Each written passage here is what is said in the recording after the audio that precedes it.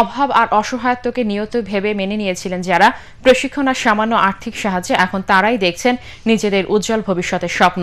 উত্তরাঞ্চলের অভাবী ও মঙ্গাপীড়িত এসব মানুষকে স্বাবলম্বী করার স্বপ্ন দেখাচ্ছে দাতা সংস্থা ইউরোপীয় ইউনিয়নের একটি প্রকল্প। রিপোর্ট করছেন SM মহিউদ্দিন, ক্যামেরায় ছিলেন শাহজাহান হোসেন সেন্টু। আর্থিক অনটন আর পুষ্টির অভাবে এমনিতেই মেজাজ খিটখিটে থাকে ক্ষুধার্ত মানুষের। তারপর সম্পদের সামান্য লোকসান বা অপচয় খ্যাপাটে করে তাদের। উত্তরের অভাবী জনপদে তাই ঝগড়া মারামারি নিত্যকার ঘটনা। তবে অভাবকে যারা জয় করতে পেরেছেন তাদেরই একজন বেগম বেওয়া। 20 বছর আগে স্বামী হারিয়ে এবাড়ি ওবাড়ি কাজ করে কোনো মতো জীবন ধারণ করেছিলেন তিনি। অতি দরিদ্র মানুষের জন্য দাতা সংস্থা ইউরোপীয় ইউনিয়নের প্রকল্প থেকে সহায়তা নিয়ে মুরগি ও ছাগল পালনের মাধ্যমে ভাগ্য বদলিয়েছেন তিনি। মুরগির ডিম পড়বে, বাচ্চা ফুটাবো, বকরির বাচ্চা পালতেছি, বকরির বাচ্চা টাচ্চা হইবে বিক্রি করবো, এইভাবে চলবো। আমরা উন্নতির চিন্তা ভাবনা করেছি।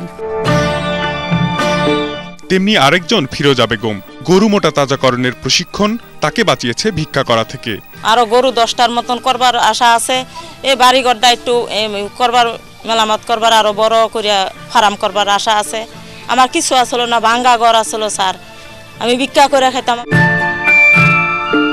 এভাবেই গ্রামের অতি দরিদ্র পরিবারগুলোকে গরু, ছাগল, হাঁস, মুরগি, নার্সারি, সেলাইয়ের কাজ ইত্যাদির মাধ্যমে স্বাবলম্বী করার চেষ্টা করেছে ইউরোপীয় ইউনিয়ন। সহযোগী সংগঠনগুলোর মাধ্যমে দেশের প্রায় 1,35,000 অতি দরিদ্র, বিশেষ করে প্রত্যন্ত অঞ্চলের নারী প্রধান পরিবারগুলোকে স্বাবলম্বী করতে কাজ করছে তারা।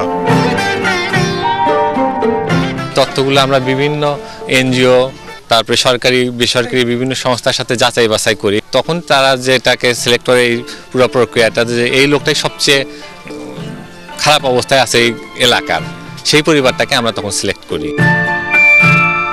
প্রশিক্ষণ আর উঠান বৈঠকের মাধ্যমে অসহায় মানুষদের শিক্ষা ও সচেতনতা তৈরির ব্যবস্থা করেছেন সমবায়ের মাধ্যমে। দরিদ্রতা আর অপুষ্টিতে কোনো রকম জীবন ধারণ করাই কষ্টকর ছিল এ অঞ্চলের মানুষের। সামান্য আর্থিক সাহায্য আর প্রশিক্ষণ পাল্টে দিয়েছে তাদের জীবনধারা। তাই তো তারা স্বপ্ন দেখছে নিজেদের সক্ষমতা দিয়েই উজ্জ্বল ভবিষ্যৎ গড়ার।